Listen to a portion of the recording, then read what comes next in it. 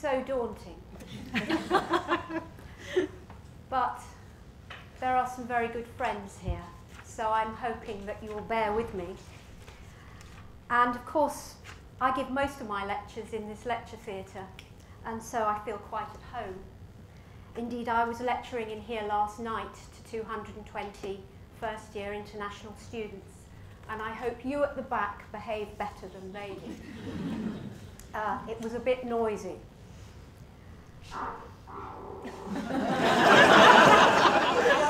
Don't worry. So, there are a few firsts for me tonight, and I believe this is the first inaugural lecture for someone promoted on the grounds of learning and teaching at this university. So I feel a bit of a responsibility in demonstrating what this actually means and to show that it involves as much innovation, creativity and research-informed practice as the more traditional research route. And that the preoccupations with working towards excellence are just the same. I would remind those of you who don't need reminding and those who do need reminding of Aston University's 2010 strategy and its 3 equal objectives. And I hope my lecture will help to show you what's happening in the learning and teaching arena at Aston. As Professor of Higher Education, Learning and Management, I thought I'd showcase some work which I'd been involved in over the last few years, attempting to address the learning issues in a highly multicultural and international learning community such as ours. And this work is being fed back on a daily basis into the learning and teaching experiences of our students, and also being rolled out into the training of our lecturers. And I can see people here who are doing this on a daily basis, and you are really to be congratulated. You will see that this work has always been research informed, or I hope to show you that. And in sharing with you a new research framework that we've been working on and developing recently, I hope that you'll be able to agree with me and others working in the field that reflection on one's teaching practice, and thus the relationship between research and teaching, is of central importance to the health of university teaching. Finally, you will all understand the importance of active learning rather than passive learning. I was very aware of this when I was talking to the students last night. And students learn more if they're involved in their own learning. So you're very brave to be here tonight. You are not going to be passive spectators, but I promise you none of you will be embarrassed. The traditional lecture format, which we've adopted in the UK and worldwide to convey information in an effective way to the mass HE education market of today, is not always the most effective. And so the work that I've developed challenges the lecture approach, or the traditional lecture approach. And so I thought today I ought to practice what I preach, and I hope you'll allow yourselves to participate fully in some of our most recent practice. Hence, having Fiona here today with me. So just to remind you where we are, we have this very, very international and multicultural population at Aston.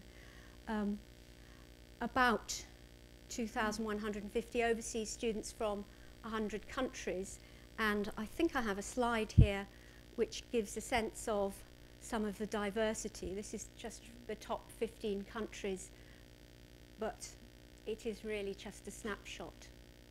And I met the student from the Faroe Islands recently, so we have students from a range of places. We also have a very diverse staff. About 30% of staff are from outside the UK. And this again adds to the teaching approaches that we have at Aston.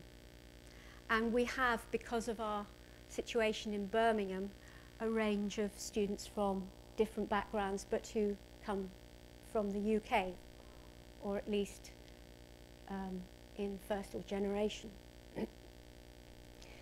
So we've had this enormous growth in the diversity of the student population, and just to show you the growth, I thought I would show you the international, that's students from outside the EU, the international enrolments from 2001 up to today.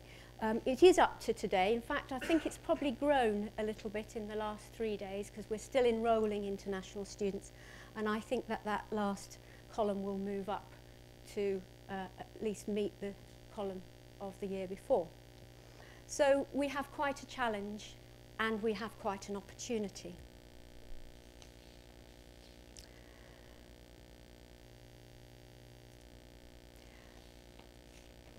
This is where I would like to introduce you to Fiona Leslie, my co-conspirator tonight.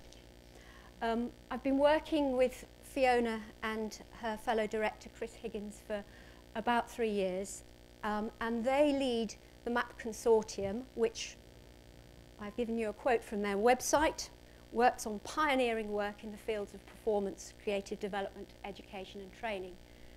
But perhaps it's better if I get Fiona to introduce herself and also introduce the first exercise. Thank you, Helen. So I don't want to, there's been several references now to the fact that you're not going to be allowed to get away with being passive participants in this lecture this evening. So imminently I will ask you to do something. I'm just going to say right now that it's a very gentle and simple thing I'm going to ask you to do. So if anybody does have any level of rising panic in them, just, you know, keep breathing, stay with the process, everything will be fine. I don't want to talk for very long. As I said, I'm going to ask you to do something, but just to lay out a little bit about the MAP, as Helen has introduced us. We are a group of artists, and that is all kinds of art form, visual, dancers, sculptors, actors, writers, musicians. We spend a lot of our time making art, but we also are all committed to and spend a substantial amount of our time designing and developing learning and development programs for all sorts of people, in which we're trying to bring the tools, the ways of thinking and the processes that artists use to give people a different dimension around the way that they work, and the way that they work, in particular the way that they work together. We do this work in the business sector, we do this work in the cultural sector, and we do this work in the education sector.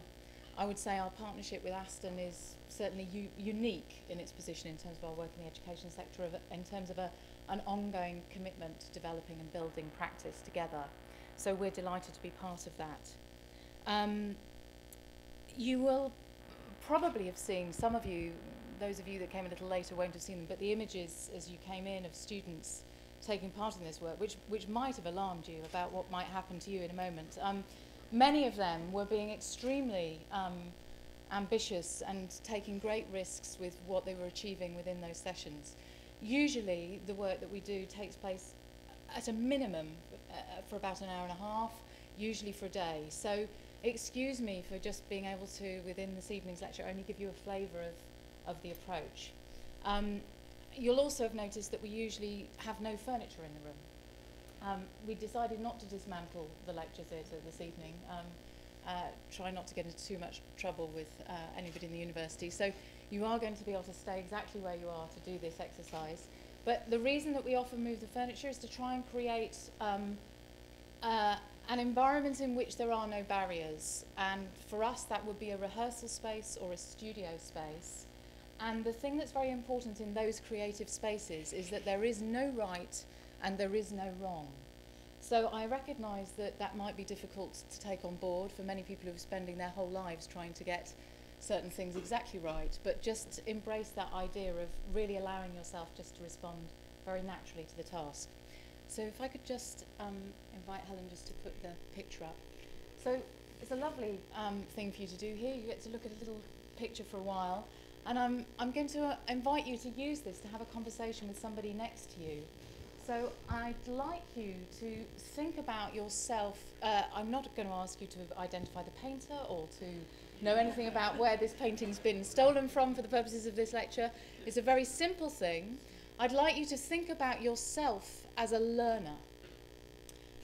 And I'd like you to look at the picture and to try and identify 3 different elements. This is a beautifully deep landscape with many different aspects to it. So 3 different, if you like, places in this picture which you might be able to use to describe something about you as a learner. And I'm going to invite you to find 3 places, one that is your past, one that is your present, and one that might say something about where you'd like to head or where you think you might be heading. I'm going to encourage you to think as a learner, not as a teacher, for those of you that are. So for me, for example, I might say my past was very free and lovely, and my childhood learning was fantastic, a little like the foreground where there are people playing and chatting. I might say my present is that I think there's lots of learning I ought to be doing and I'm not finding time to do it and I'm a bit lost in the woods. And I might say that I know there's some really important learning coming up that looks about as steep as that cliff in the distance, and that's what I've got coming ahead. So 3 different places, and I'm just going to ask for sort of 30 seconds or so for you just to take a look and try and find those 3 things.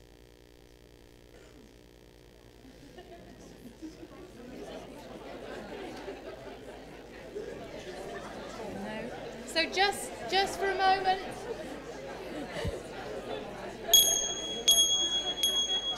Just for a moment. Sorry, I did say I was going to invite you to have a conversation. Just give it another 20 seconds of just looking. So before you talk to your partner, just find your 3 things. You may have found them very quickly, and that's great. If you can just hang on for other people to just have that moment of contemplation.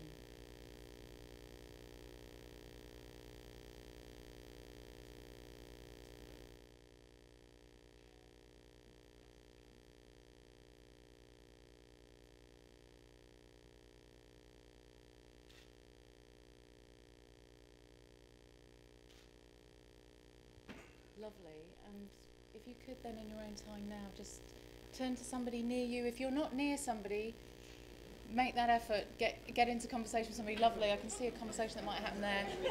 And just share with your partner what you saw. I didn't look at my watch as I started. Don't worry.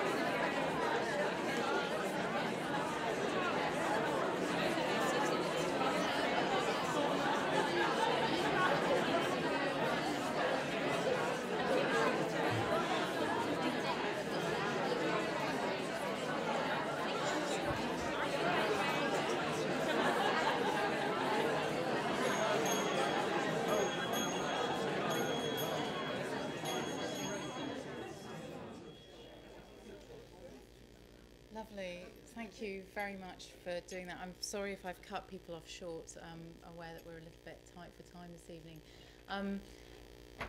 I don't know how much you were able to notice this, possibly not much, but there was a fantastic amount of energy came into the room and some very animated looking conversations. I couldn't, of course, hear all of them, but I think most of them probably were people having they looked to me, some of them, conversations of discovery about what people were really thinking and feeling and noticing about their own experiences of learning. Possibly, people were discussing the shoes they bought today, but you know, it did seem that most people were on task, as they say. We would normally, within this instance, take those conversations into another level of discussion around what we're noticing about our own experiences of learning, where we are in our journey of learning, if you like, and make some consideration together as peers, as lecturers and students around what we need to help us take on our next stage of learning. I'm not going to invite you to do that right now because there's so many of you, and I know we need to move on. But also some of those conversations have been particularly important within the work we've been doing within the PGCE. We're just even giving many of you who are teaching and lecturing time to think about yourselves as learners as well, and what that has meant for you, and to be able to make those connections between how I am as a learner and how I am as a teacher.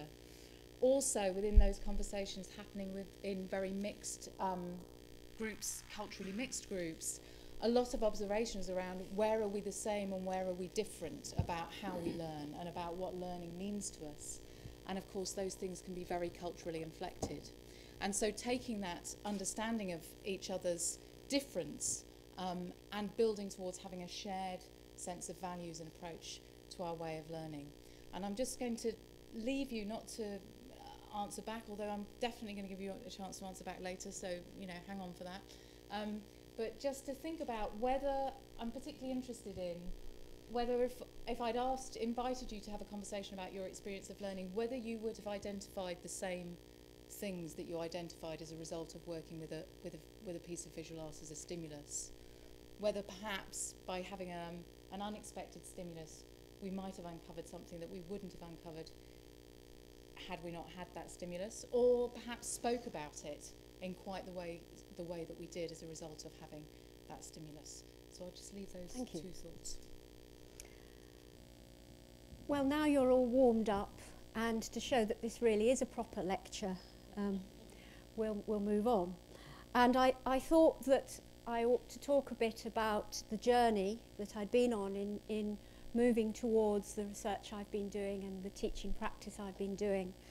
And so I wanted to remind those of you who were here at the time, and those of you who I need to tell you about, that actually this growth in overseas students that I showed you earlier has been an enormous learning curve for us in approaching how we develop our teaching practice at Aston.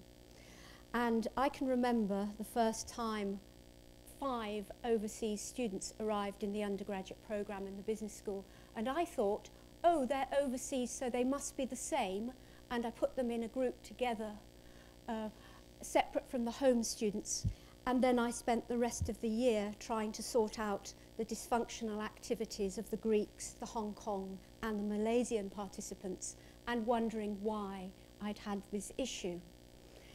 And it was a salutary lesson. So then, as the expansion in international student numbers grew and grew, it became quite clear that we really did need to change our practice in our teaching.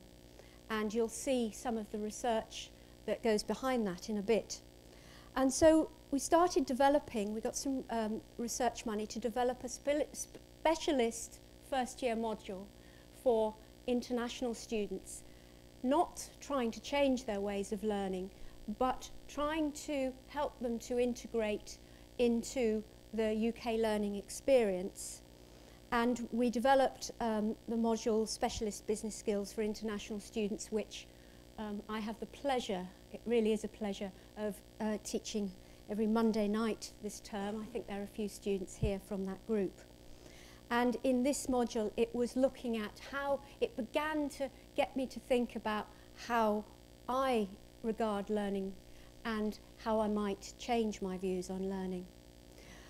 And gradually, as this module developed, began to see that there were some even greater issues that we need to address.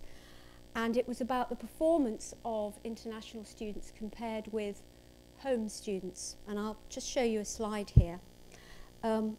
It's quite complex, but what I need you to do is to look at the left-hand side here, where you'll see that in 2005-06, the home students were not, the overseas students were clearly outperforming the home students in level 1 of their degree, but then in level 2, the overseas students were performing much worse. And I began to think that we were actually letting our international students down by doing that, and began to investigate why this was. And it became clear that certainly in Aston Business School at that time, the first year was about tools and techniques, and a lot of them were quite mathematical and numerate, and the overseas students were better able to cope with that than the home students. And then by the time they got to the second year, there was much more analysis, reflection, and reflective writing in English, and the overseas students couldn't cope with that so well, and we hadn't prepared them to do that. So I began changing my tack on my module and concentrating very much on reflection and reflective learning. And that's a topic for another lecture, but if you look at the 2008-9, at the end you'll see that I'm beginning, or we are beginning to have a bit of an effect. There is, the home students are actually doing better than the overseas students, and that may be because we're also working on some of the home students' issues in terms of mathematics and things like that. But in the second year, there is beginning to be a bit of a better performance from the overseas students. And I think we have a responsibility to make sure that both home students and overseas students have the same chances of performing well in the learning at Aston. Then there was the other problem, the struggle with group behaviour.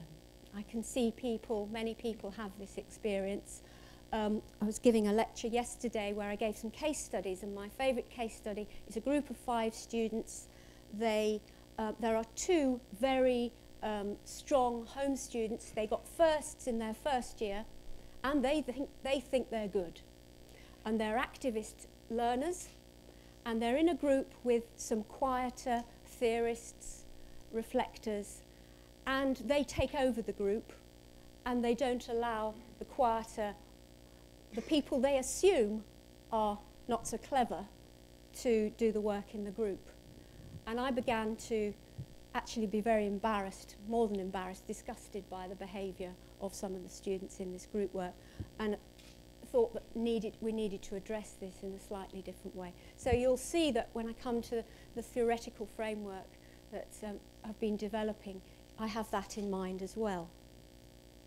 And then as the numbers grew, it became clear that it wasn't just about the home students or the overseas students, it was about this very, very mixed group of learners who we had to make sure each of them could reach their potential, could find their way into the learning that we were giving them.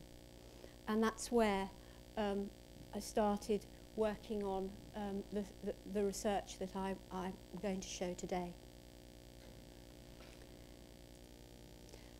But I'm not the first who has looked at intercultural learning, intercultural issues in this university, and I have to say that it does feel as if I'm walking on the shoulders of giants when I talk about this. It's been a privilege to work with some of these people, and there's some of them in the room, which is great.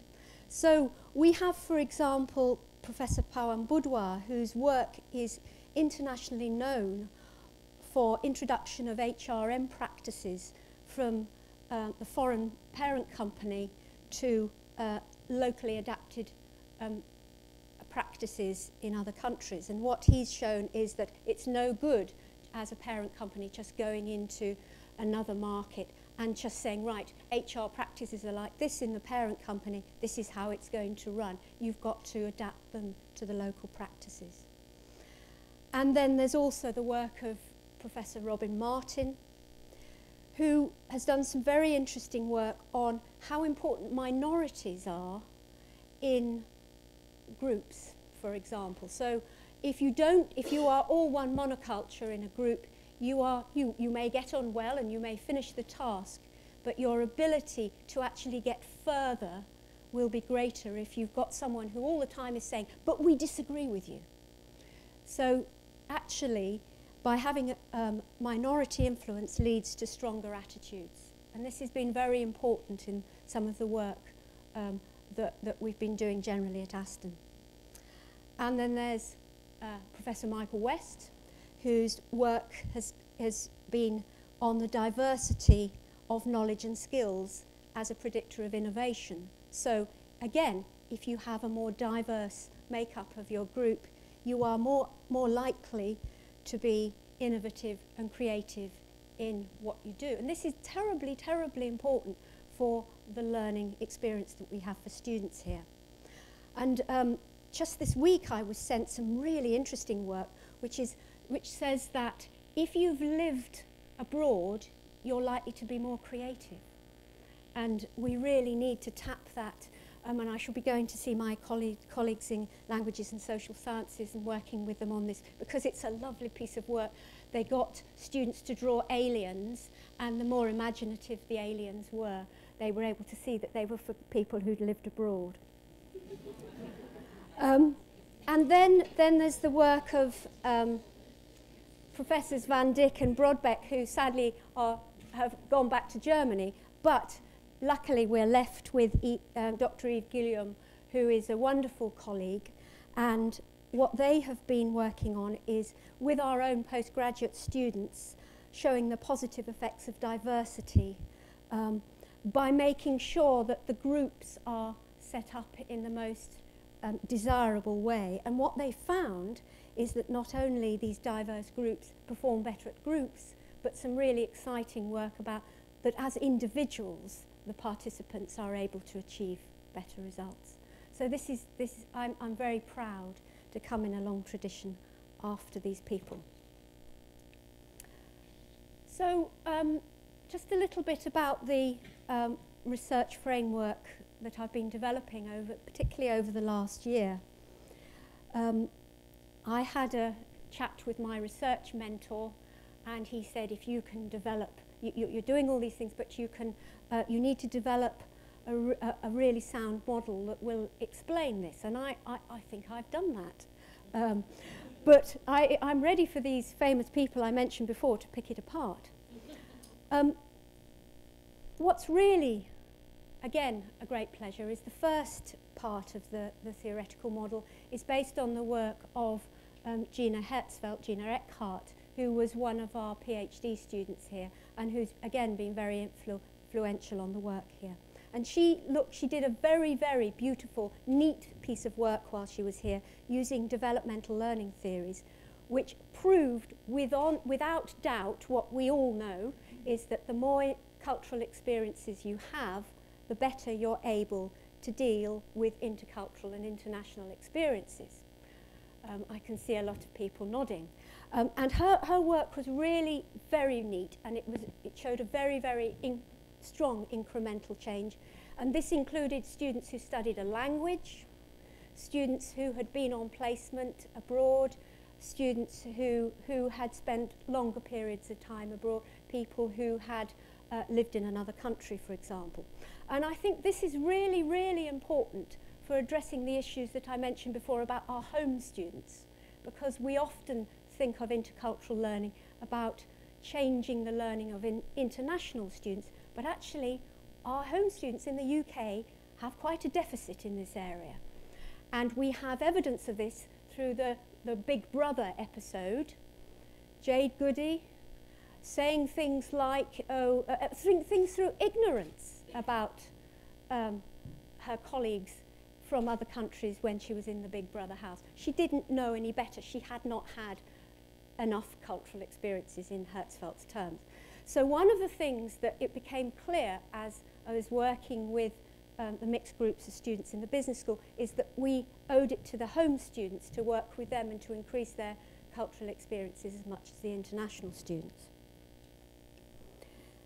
But then there were the overseas students, and the work of Ippolito at Brunel University is very important here, using international communication theories. Very much UK education is often based around the fact that it is the best. UK education PLC is better than any other education, and you come here and you learn how to learn in the way that we do in the UK. And that HE in the UK has been based on that for many, many years.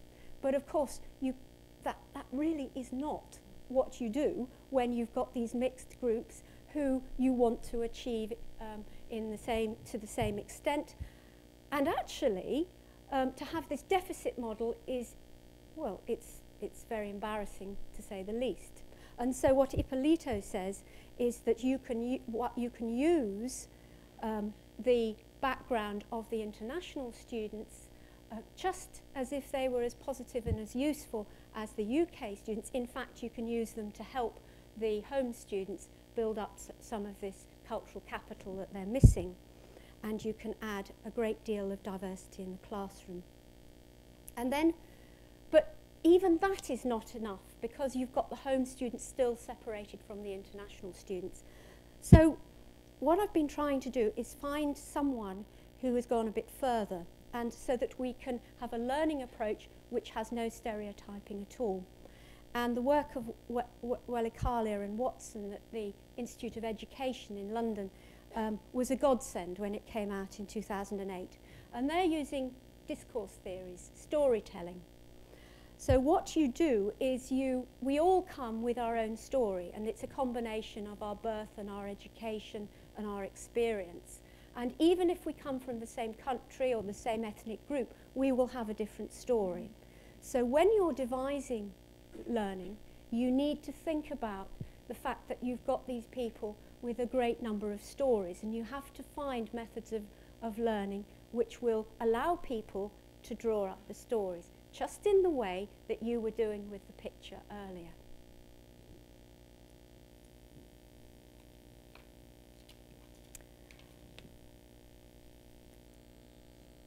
Now, some people have said to me that, well, you could do all this without using arts practice. And in a way, that's another lecture in itself about creative practice. There is a lot written about it. And I just give you a quote from Wesley here about using the arts to give adults in particular, because children are much nearer and it's much easier to work with children. They're prepared to do some of these things more easily than these strange things than adults are. But using the arts to re-experience, to revise and reconceptualize. And of course, arts practice does a number of these things. It reaches out across cultures. You all looked at that painting and you could come to it from wherever you were coming. It's more student-centred in that it's not the lecturer standing in front of the classroom and spouting out to the rest of the class. And it is much more active learning. Also, it helps people to learn more holistically. You were all very engaged when you were looking at that painting. You were animated, you were moving your arms, you were talking, and that's what arts practice does. And as I reflected on this, I began to think, well, isn't that what all good teaching is? It's all about active learning and reflection and being student-centred. So really, it was just good teaching. And there seemed to be two things that were coming out of my research and coming out of the practice, the teaching practice that we've been developing here. One is about creating conversations and working towards dialogue, which is, again, what you did earlier. And the other is about creating reflection. And I think this is probably the time for you to practice this again. So I'll hand back to Fiona. Thank you, Helen. So yes, I'm going to just quite quickly invite you into another exercise, and seeing as you were threw yourselves into looking at the picture and having those conversations, we'll move on another gear. This is an exercise that we've used extensively, not just here at Aston, but in work that we're doing with business leaders across the world who are working in intercultural environments, with leaders in education in a wide range of settings. So just know that you're not the first people to go through this. And it's really picking up on some of the things that Helen's been talking about. Very often when people have known that we're going to be doing some work and they think that we're coming to do some intercultural training, they expect us to have some magic formula by which we can kind of download a very fat file on all the cultures of the world, and everybody can kind of take them into their brains and then automatically know exactly what they need to do when they come across meeting somebody from a very different culture to them. But as Helen was talking about earlier, whilst having a sensitivity and an ability to engage with different cultures and with each other's cultures is very important, it's really that ability to get into dialogue together that matters most, rather than the idea that there's some knowledge that we need to kind of download. So we're going to look at what are some of these skills that we need to develop to a very high level if we're going to be in dialogue with one another, and in particular if we're going to be collaborating together in group work. Very important skills. So we're going to try and get at some of those skills through this exercise. Having said that, I'm just going to reiterate there is no one way to do this task, and there is no right or wrong about the way that you do it. So I'm going to invite you to tell a scary story together. You're going to make this story up. You're not going to tell one that you already know, and you're going to do it spontaneously between you. So Helen and I will just give you a demonstration. So Helen, if you'd like to start. I'm in my car and I'm on my own, and I'm driving along in quite a rural situation. Come through a few villages, there are a few people around, the light's on, so I'm okay, but I keep going. And I come to a dark wood.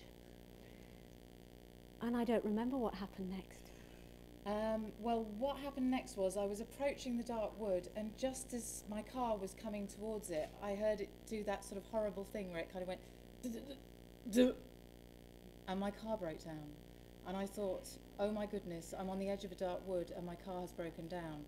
I don't know why, but I chose to get out of my car. And as I got out of my car, I felt something crawling up my leg.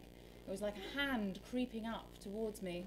And then I heard this terrible sound of a screeching, and I can't remember what happened next. What happened next was you turned round. And I'm going to stop us there before we scare ourselves anymore.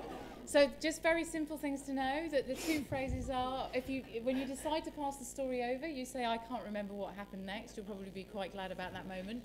And when you pick the story up, you say, well, what happened next was. And although we're not moving furniture, I'd love people to just stand on their feet to do this, because it does make a difference. So if you could stand on your feet and just find somebody near you and just decide who's going to start.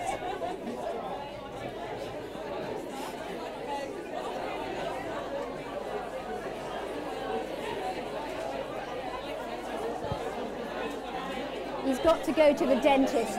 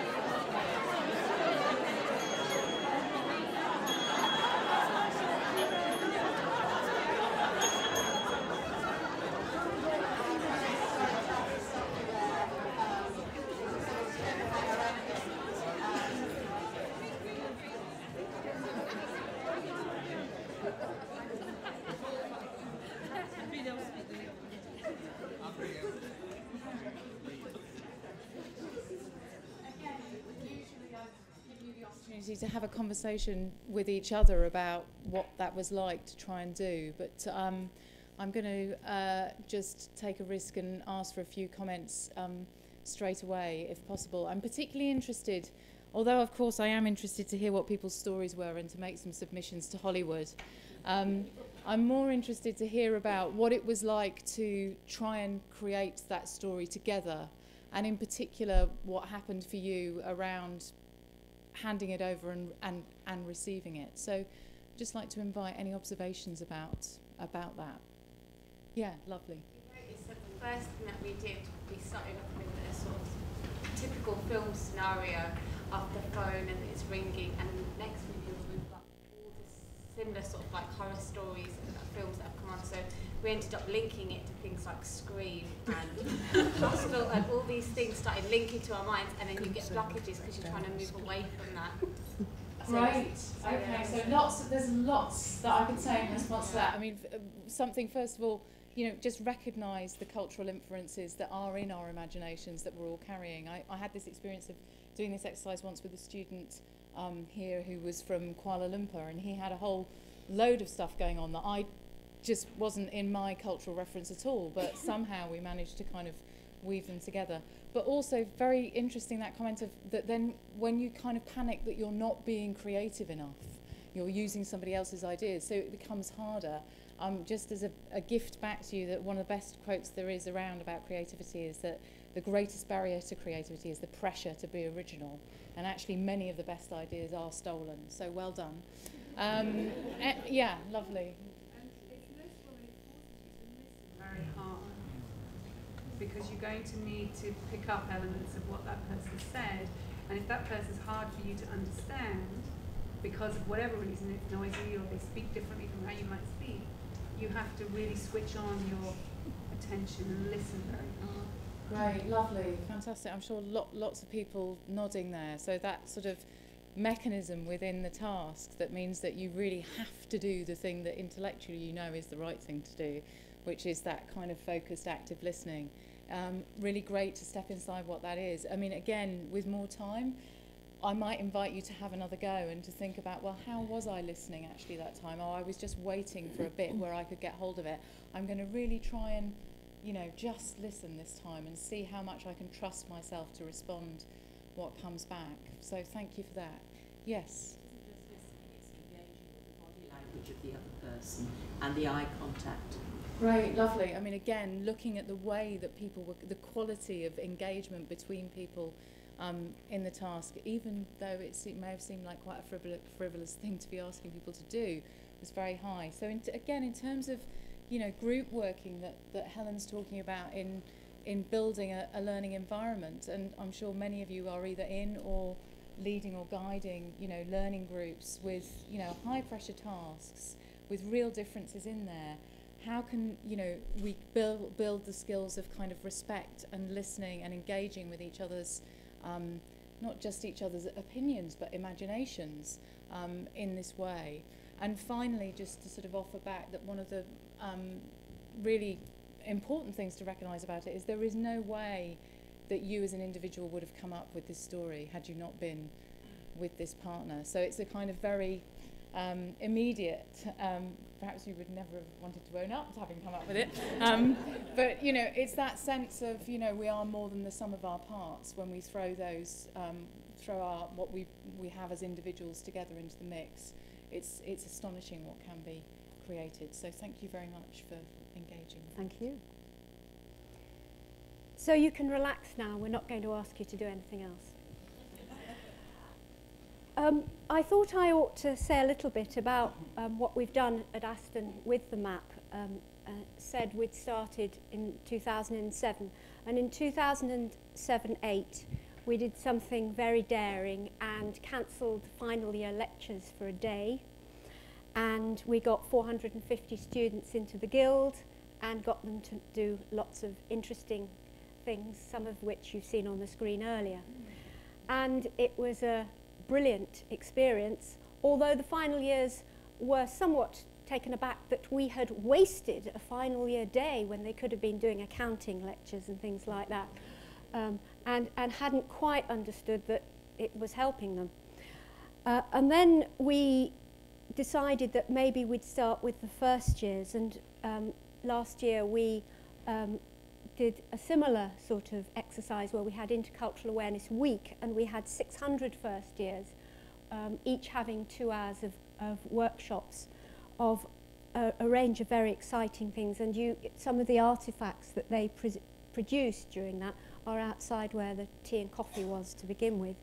We also decided we'd even challenge our MBA students in a week of activities which would start building their relationship together in their syndicate groups and as career management. And then even more challenging, and perhaps one of the things I'm most proudest of, we managed to get a session on the new postgraduate certificate in professional practice, so that all new lecturers who were undertaking this programme were to do this. And again, you've seen a few of the pictures of that. We also ran our own Intercultural Awareness Week across the university, and we had a lunchtime session where we were able to do this sort of thing. And this year we're going to try and do it again with 600 plus students. But there's also a staff session. So if you've really liked what you're doing today, book in your diary for the 11th of November from 2 till 4 and come and see me, and I'll sign you up for this session. The other thing that we're very proud of is that it's not just us who think that this is important work. We were very pleased to get the Jaguar Land Rover Arts and Business Award for changing culture within an organisation for this sort of work. As well as undertaking the research, as well as the practice, we've also been evaluating the practice that we've been putting on, and there are really 3 things that I wanted to share with you as a result of the surveys we've undertaken. The first is that this innovative sort of training really does encourage reflection. Some of you would have seen the luggage labels outside. The students in the first year wrote their reflections afterwards on the luggage labels, and there were things that you would never have reached, levels that you never would have reached of understanding and learning coming through in the feedback from the students. The second thing, which was perhaps something that was more surprising, but which is something that we will pursue even more, is that in a sense we were creating new sorts of social space by this work. So traditionally students were socialising together in the groups with the people that they felt comfortable with, who they recognised as having the same culture and values. But actually, through this learning and teaching approach, we created space for them to socialise with students who they might not have socialised otherwise through this virtual space. And they were then able to understand each other better in a way that if they'd just been in a class or even interactive classes on its own, they wouldn't have been able to. And finally, I think we're discovering that it's more sustainable to train staff than students. I have this vision that intercultural awareness training will be available for everyone, and that will be embedded in everything we do, and obviously we need to do that, and perhaps the way to do this is through the work that we're doing on the postgraduate certificate, where we've got people from across the whole university experiencing and this approach, and then thinking how they might take that back to their own practice. And the first piece of work they have to do on the postgraduate certificate is a reflection on their intercultural learning that they've done. So there's a little bit of future work that we're planning. We have put in a Leverhulme grant, and we have got through the first round, and we've put our final submission in, so we're waiting on that. And this will be with similar work, but with chief executives across the West Midlands. We're also really pleased to join in the work of Interland, the new research centre, which is looking at research into diversity in many forms. And this is really another initiative which is going to help the university move towards embedding intercultural awareness. And I've been incredibly lucky over the last 6 weeks to have one of the Aston graduate interns with me, Jessica Mack, who has been writing us an intercultural awareness strategy and language strategy and action plan. And by Friday there will be one in draft. So thank you very much, Jessica, and thank you for the executive for providing the resources for that. It's interesting talking to students because particularly overseas students are very aware of the university rankings.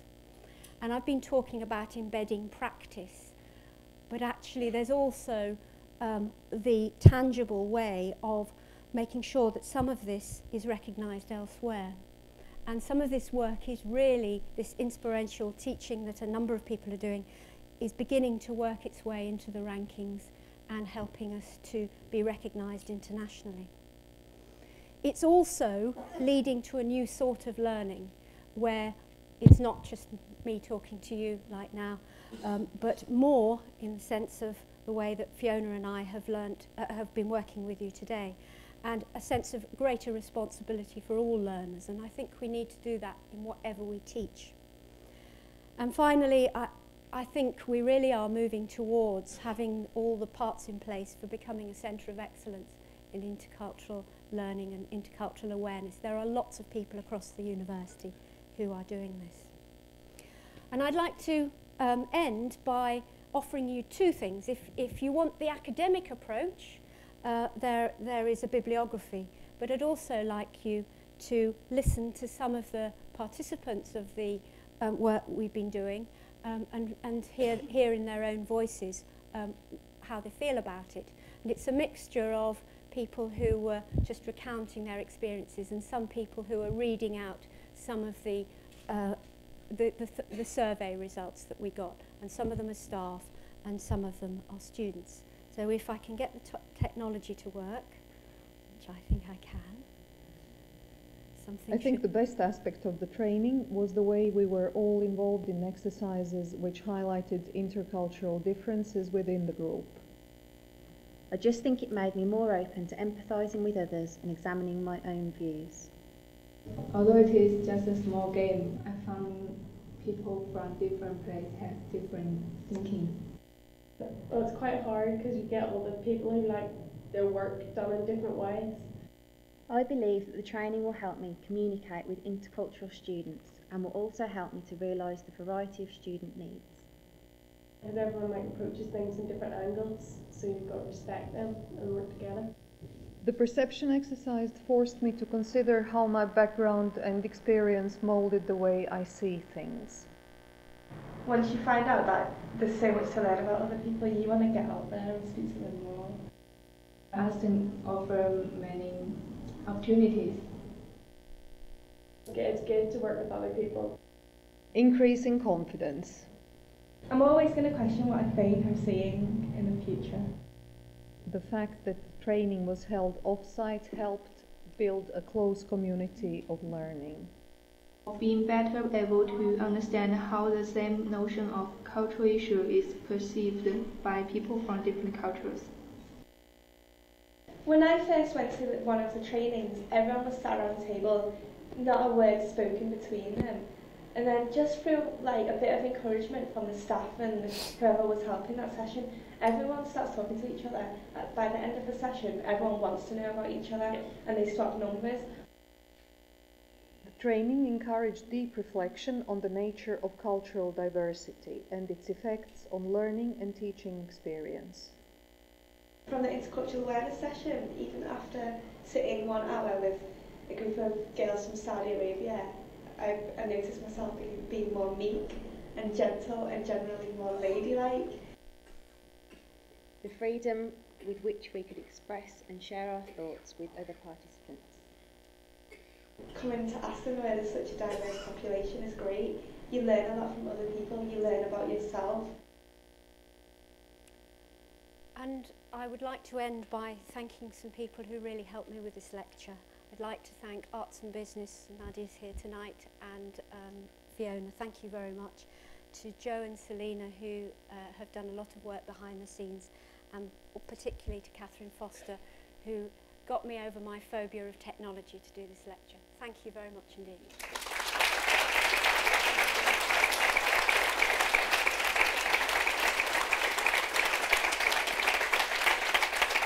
Okay.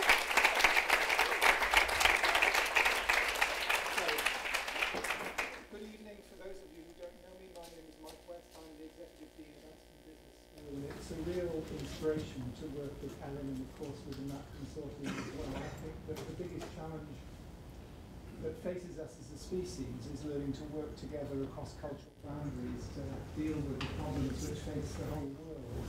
And what Helen has been leading here at Aston University is the process of implementing, in reality, ways of developing young people and indeed older people who can work effectively across cultural boundaries. I have the very pleasant task of giving away the treasure to one or two or three of you of the opportunity to ask a very quick question or make a very quick comment.